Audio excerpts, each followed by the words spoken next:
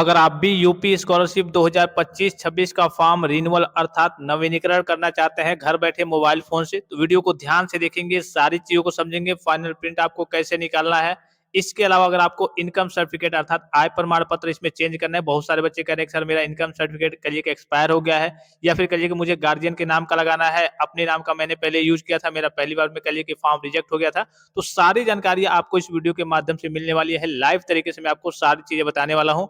Video को ध्यान से देखेंगे, सारी चीजों को समझेंगे, सभी बच्चे घर बैठे मोबाइल फोन से अपना फॉर्म का नवीनीकरण अर्थात रिन्यूअल कर सकते हैं। ठीक है, तो सबसे पहले यहाँ पे आपको दिख रहा होगा, ऊपर दिख रहा होगा आपको कि उत्तर प्रदेश अन्य प्रदेश में अध्ययनरत छात्र छात्राओं के लिए ऑनलाइन छात्रवृत्ति प्रबंध प्रणाली 2025-26 नवीनीकरण, यानी कि इस बार की बात हो रही है, 2025-26 की बात हो रही है, रिन्यूअल की बात हो रही है। तो सबसे पहले मैं इस पेज को कट कर ले रहा हूँ, शुरू से मैं आपको सारी चीजें बता रहा हूँ। सबसे पहले आपको क्या करना होता है, गूगल में जाकर के यूपी स्कॉलरशिप सर्च करना होता है। सबसे ऊपर ही आपको यूपी स्कॉलरशिप की ऑफिशियल वेबसाइट देखने को मिल जाएगी, इस पे आपको क्लिक करना होता है। इस पे आपको नीचे की ओर स्लाइड करना है, एक देखिए आपको स्टूडेंट का ऑप्शन देखने को मिलेगा, यहाँ पे आपको स्टूडेंट्स का ऑप्शन देखने को मिल रहा होगा, इसी वाले ऑप्शन पे आपको क्लिक करना होता है। जैसे इस पे क्लिक करेंगे तो आपका दो प्रकार का फॉर्म होगा, तो पहले तो आपने रजिस्ट्रेशन किया होगा, रजिस्ट्रेशन करने के बाद से एक लॉगिन फ्रेश होता है, जो बच्चे पहली बार फॉर्म को फिलअप करते हैं, रजिस्ट्रेशन करके लॉगिन करते हैं। तो इस वीडियो में हम रिन्यूअल के बारे में बात करने वाले हैं, तो आपका ये होता है लॉगिन रिन्यूअल वाला ऑप्शन दिख रहा होगा, इस वाले ऑप्शन पे आपको क्लिक करना है। ठीक है, जैसे इस पे क्लिक करेंगे आपके सामने कुछ इस प्रकार का इंटरफेस ओपन होकर आएगा। यहाँ पे आपको चार ऑप्शंस देखने को मिलेंगे।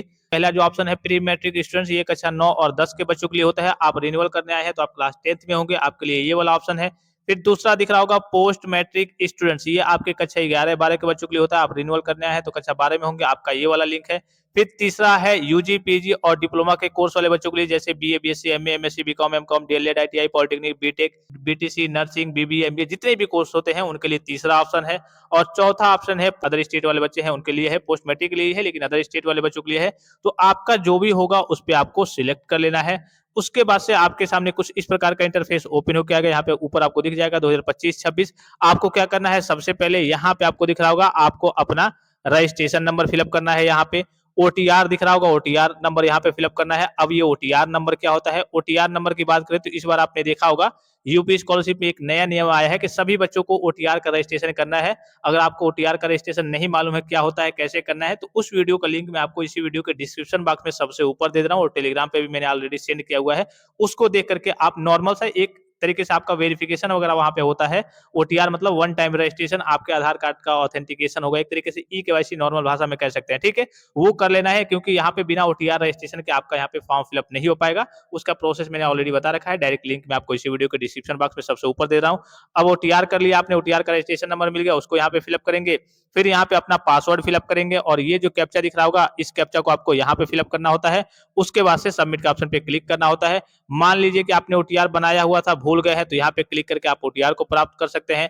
पासवर्ड याद नहीं है तो यहाँ पे क्लिक करके आप पासवर्ड को प्राप्त कर सकते हैं। हो सकता है कभी कभी वेबसाइट में समस्या रहती है, तो यहाँ पे क्लिक जनरेट नहीं हो पाता है, पासवर्ड अगर आपका बन नहीं पाता है, तो कुछ दिन बाद आप ट्राई करेंगे, आपको देखने को मिल जाएगा। ठीक है, तो चलिए सारी चीजें फिलअप करके फिर मैं सबमिट पे क्लिक करके आगे की प्रोसीड करके आपको दिखाता हूँ। अब देखिए फाइनली सारी चीजों को फिलअप किया जा चुका है। यहाँ पे सबमिट वाला ऑप्शन पे आपको क्लिक करना है। जैसे इस पे क्लिक करेंगे आपका पूरा ऑप्शन यहाँ पे आपको ग्रीन देखने को मिलेगा। जब भी आप रिन्यूअल करने आएंगे, एक ऑप्शन जो है ये वाला, ये आपका ग्रीन नहीं दिखाएगा। ठीक है, अब ये आपका कब ग्रीन होगा, कैसे ग्रीन होगा, ये सारे ऑप्शंस आपके क्यों ग्रीन होंगे भाई, अभी तो आपने फॉर्म में कुछ फिलअप ही नहीं किया है, कुछ आपको संशोधन करना था, गत वर्ष के प्राप्तांक पूर्णांक वगैरह को फिलअप करना था।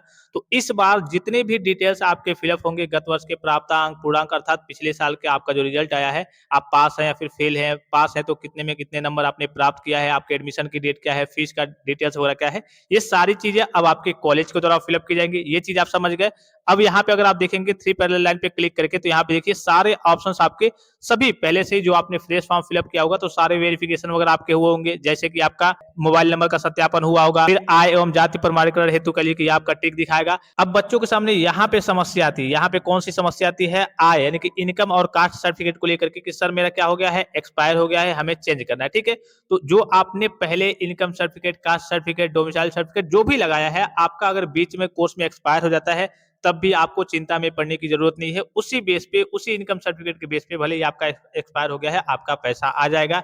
रही बात जिन बच्चों ने अपने नाम का लगा दिया था, मान लीजिए कि आपने अपने नाम का लगा दिया है और रिन्यूअल में क्या करना है, आपको चेंज करना है अपने गार्जियन के नाम का, जाहिर सी बात है कि लगाना है। बहुत सारे बच्चों का पिछली बार पैसा आ भी गया था और बहुत सारे बच्चों का रिजेक्ट भी हो गया था। शासन स्तर पे जो बच्चे पकड़ लिए गए थे एक तरीके से, उनका ऑटोमेटिकली वहां पे दिखा दिया गया था कि हाँ, आपने अपने नाम का लगाया है, इसलिए आपका पैसा नहीं भेजा गया, आपका फॉर्म रिजेक्ट कर दिया गया है। और बहुत सारे बच्चे अपने नाम का लगाए भी थे, आ भी गया। तो इस केस में अब आपको क्या करना है, आपको अपने कॉलेज में अपने गार्जियन का जो भी आप जब डॉक्यूमेंट सबमिट करेंगे, आप वहां पे बात कर लेंगे अपने गार्जियन के नाम का इनकम सर्टिफिकेट। वो खुद आपसे मांगेंगे कि हाँ, आप अपने गार्जियन के नाम का इनकम सर्टिफिकेट करिए। डॉक्यूमेंट जब जमा करेंगे, आप अपने गार्जियन के नाम का इनकम सर्टिफिकेट लाइए, तो आपको अपने गार्जियन के नाम का इनकम सर्टिफिकेट वहां पे आपको दे देना है। वहां से ही कॉलेज लेवल से सारी चीजें वेरीफाइड वगैरह कर दी जाएंगे। अगर वहां से वेरीफाइड वो नहीं करते हैं, तो इस केस में हो सकता है कि आपका आगे चल के ये सारी चीजें, आपका जो फॉर्म वगैरह है वो रिजेक्ट हो जाए। तो ये चीज आप समझ गए कि आपको इनकम सर्टिफिकेट, कास्ट सर्टिफिकेट या फिर गत वर्ष के प्राप्तांक पूर्णांक जो भी डिटेल्स है, अब आपकी ओर से कुछ नहीं करना है। सारे वेरिफिकेशन के काम आपके कॉलेज के द्वारा होंगे। ये चीज आप समझ गए।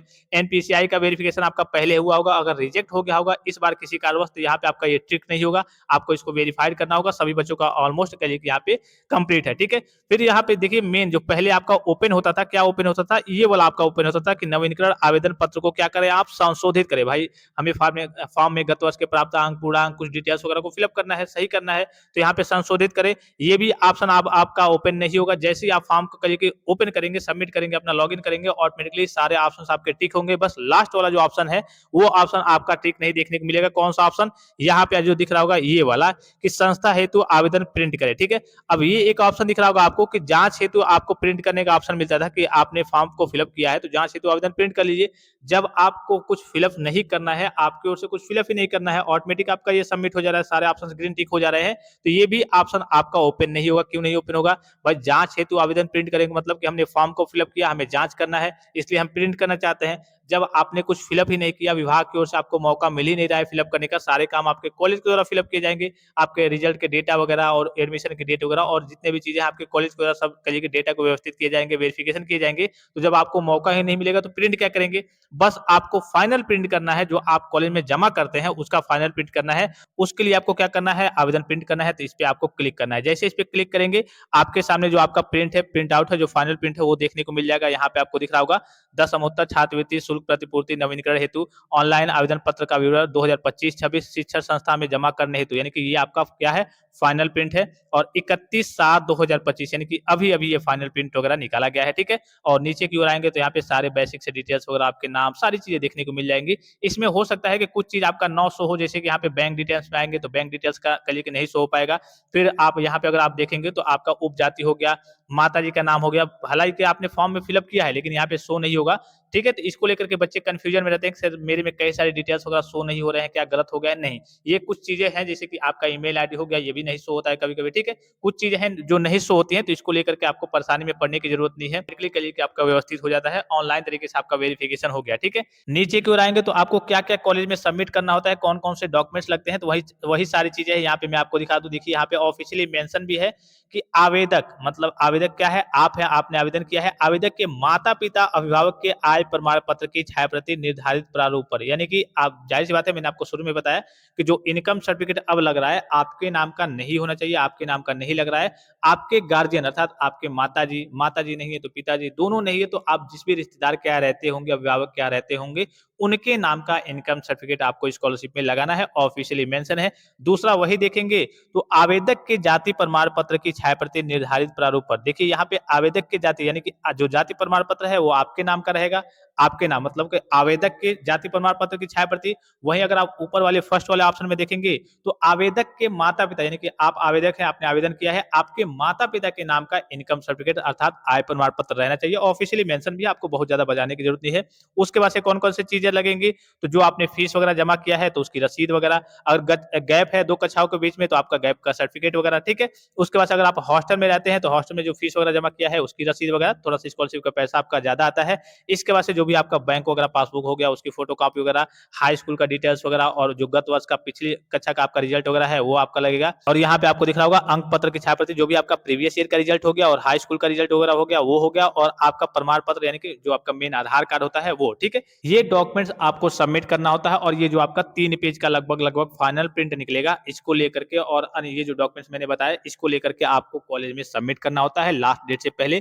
तभी आपका फॉर्म वहां पे जब जैसे आप जमा करेंगे उसके बाद से वहां पे कॉलेज लेवल पे वेरिफिकेशन चलेगा, और जितने भी डिटेल्स है गत वर्ष के प्राप्तांक, पूर्णांक, आपका इनकम सर्टिफिकेट, मैंने आपको बताया कि बीच में एक्सपायर हो गया तब भी कोई समस्या नहीं है, उसी बेस पे पैसा आ जाता है। और अगर आपको अपने नाम का आपने लगा दिया था, गार्जियन के नाम का लगाना है, तो इसके लिए आप कॉलेज में कांटेक्ट करेंगे, अपने गार्जियन के नाम का इनकम सर्टिफिकेट वहां आप दे देंगे। ऑनलाइन तरीके से कोई करेक्शन वगैरह यहाँ पे अभी आपका नहीं होने वाला है। आई होप कि ये वीडियो आपको काफी ज्यादा हेल्पफुल और इन्फॉर्मेटिव लगा होगा, और रिन्यूअल करने का प्रोसेस जो है वो सही तरीके से आपको समझ में आया होगा कि क्या करना है, कैसे रिन्यूअल होता है।